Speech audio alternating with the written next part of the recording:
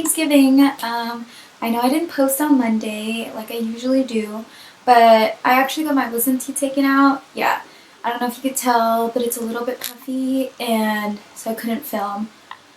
But either way, I'm going to start posting on Thursdays at 12 p.m. So if you want to see that, subscribe, turn on the notifications, and like my videos. And today is going to be a very important video to me, and I feel like it could be important to you as well. If you know me, you know that I'm addicted to self-growth and self-development and just trying to make myself better in any way possible. So today I will be sharing with you my favorite books, podcasts, and YouTube videos / TED Talks that have changed my life. So, the first book. Now, I feel like this is the book everyone starts with. I read this about maybe the beginning of college, which was about 4 years ago for me. The beginning of college is when I had like the most anxiety out of like my whole entire life, and I was just looking for guidance or like help in order to learn how to fix that, or just like a getaway, I guess. And this was the book that I found and picked up, The 4 Agreements by Don Miguel Ruiz. So what he claims is that there are 4 agreements, and if you live your life with these agreements, the transformation in your life will be amazing. So it says that the 4 agreements are being impeccable with your word, don't take anything personally, don't make assumptions, and always do your best. It just says that in the front cover. I didn't spoil anything. And then he goes into detail about those and what they mean and how it could help you. I think it's very important and a very first step into learning how to better yourself. So yeah, there's that one. That was the one I first started with, and when I first really started getting into self-growth. And then next is The Power of Now by Eckhart Tolle. You see, he also has a book called A New Earth, but that one seemed to be very repetitive. This one is pretty repetitive as well, but it tries to like gear what he's trying to say in your head. It's about, well, what it says on the back is we will need to leave our analytic mind and its false created self, the ego, behind. It basically teaches you to be in the present moment and how important it is to not look at the future, or not focus too much on the future and not dwell on the past.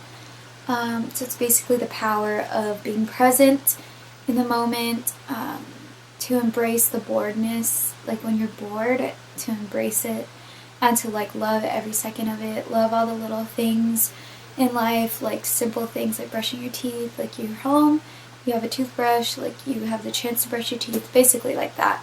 I think living in the present moment is super important, especially if you have like anxiety and depression. Yeah.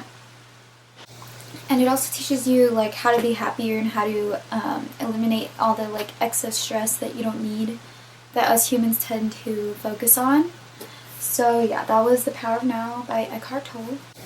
This one right here, this is like my holy grail as someone with anxiety and who's had it for like ever.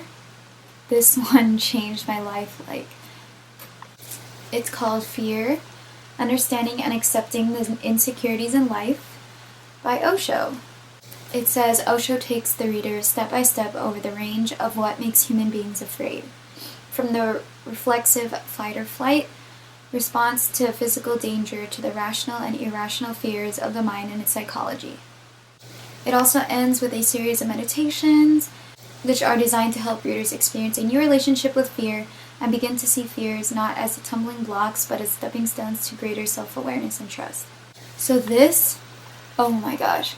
It starts off with kind of, I guess, if you fear death, that means you haven't been living kind of thing.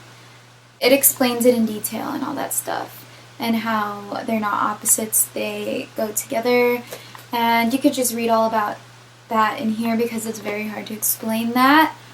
The reason why I started traveling and adventuring and just doing things that I want to do regardless of my anxiety holding me back, this is the book that really helped me just get out there.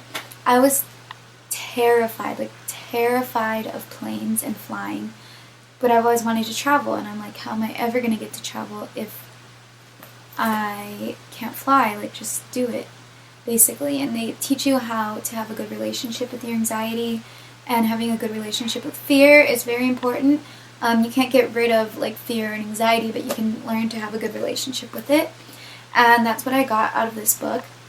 Highly, highly, highly recommend to anyone with anxiety, or just anyone in general, because we all have fears that we need to face, and it's very important to face them. So yeah, that was Fear by Osho.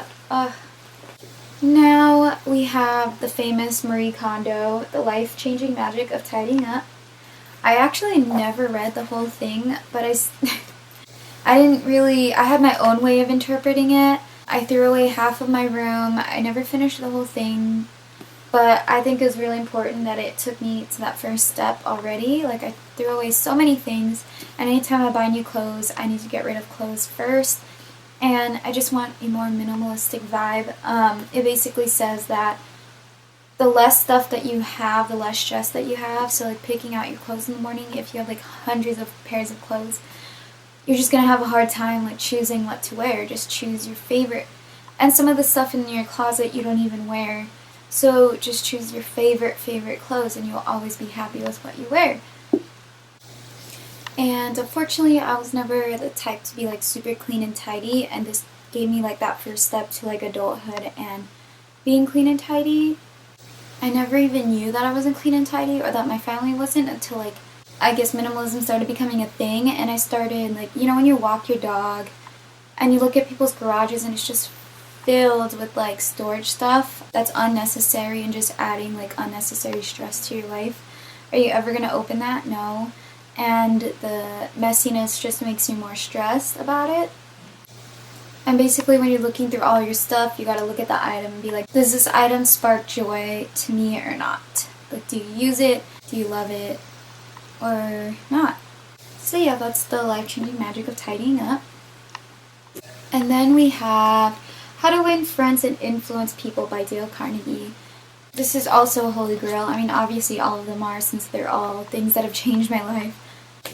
But yeah, I was going to add this to a part 2 of like my favorite business books and podcasts and TED Talks / YouTube videos. So let me know if you want to see that. But this one basically teaches you how to read people, and I guess how to win them over, like what the title says.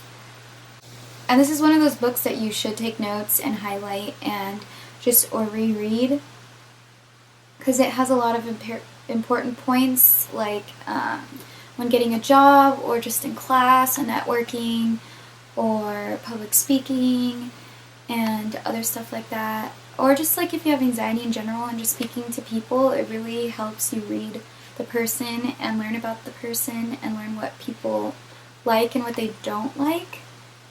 It's very interesting. It's kind of like psychology in a way, because they teach you like how to read people, and I know in my psychology classes I've had that.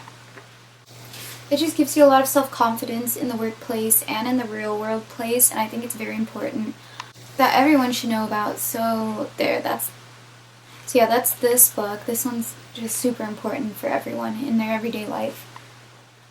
But I have a few more on Audible. This is not sponsored, by the way. I wish it was, but I love Audible so much. Please sponsor me. So let's see. On Audible we have So You're a Badass by Jen Sincero.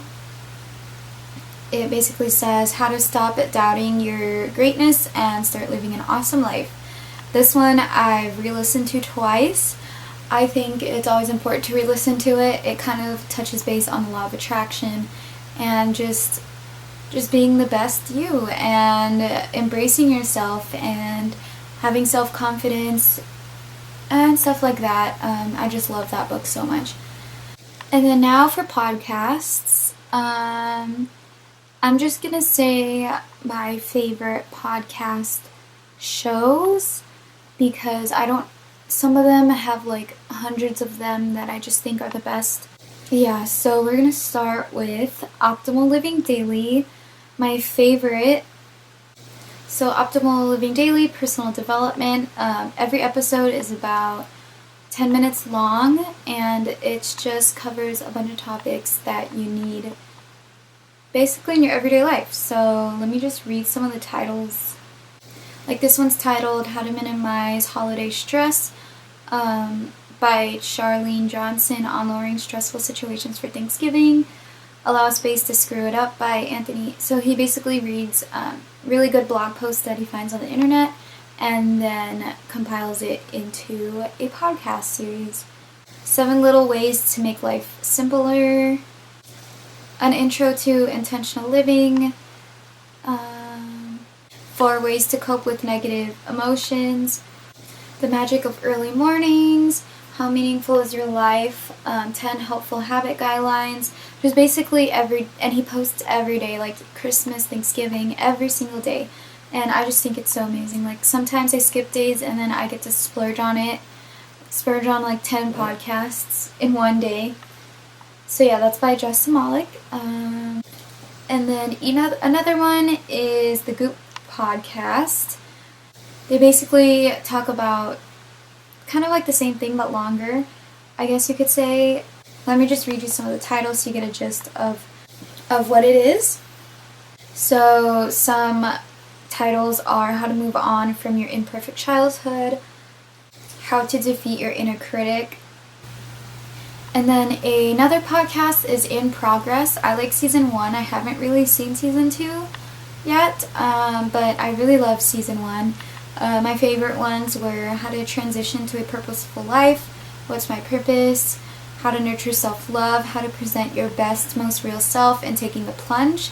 So I love those episodes specifically. I didn't really listen to the others, but I think those took a huge toll in my recent life and just like learning more about life.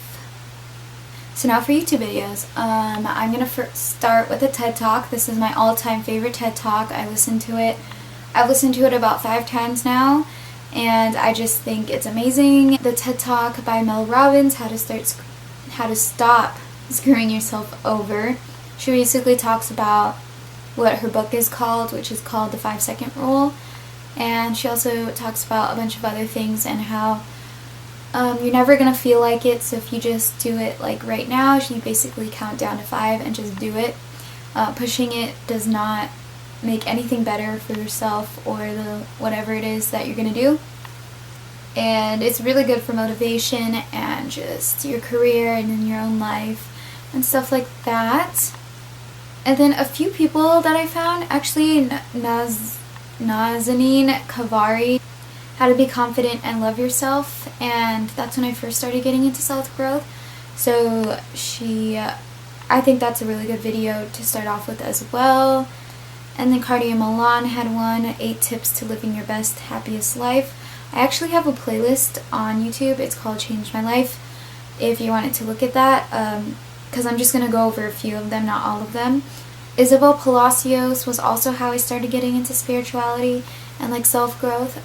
Hitomi Mochizuki, she has a video called How to Heal Your Anxiety. She's someone that really helped me as well because she was someone who really struggled in her childhood. She has a story of like her storybook, and it was very inspirational. So her videos have like a story behind it because I kind of know her background. So I just find it very inspiring watching her videos and how much she's grown and that I can grow as well and you guys can all grow as well. And then another one was when I was feeling really down in my anxiety. My professor actually made us watch this, and it was called Neuroplasticity by Centis, the channel Centis. So basically, I guess at the time I was really in like a mental space where I thought I was being like negative all the time, and this neuroplasticity, say that 5 times fast. It basically says that you can just rewire your brain because when you're in a negative mindset, some of it is habit, and that you can rewire your brain out of it. Just like with any habit, you can just rewire your brain. It takes a lot of time and a lot of practice, but you're still able to get out of that. And it gets easier every time you carve out that new pathway. I also watch a lot of Amy Lee's videos and Rowena Sai. I think her videos are very good. Yeah, so those are all the books, podcasts, and YouTube videos that I believe changed my life and are really important for self-growth. And I have a lot more books and podcasts that I've read overall, but I just didn't add them because I think these were the most important out of all of them. But yeah, if you wanted to see the business version, or if you just wanted to see all the books that I've read, comment down below if you would want to see that. Yeah, thanks for watching. Please remember to like, comment, and subscribe. It helps so much. Even comments, any constructive criticism. And if you're also a new YouTuber, comment down below and we can help each other with the YouTube algorithm. Don't worry, I got you. We got each other always. And yeah, so I will be posting every Thursday now at 12 p.m. So if you want to turn on your post notifications on, you can do that. And yeah, so happy Thanksgiving, guys. Thanks for watching.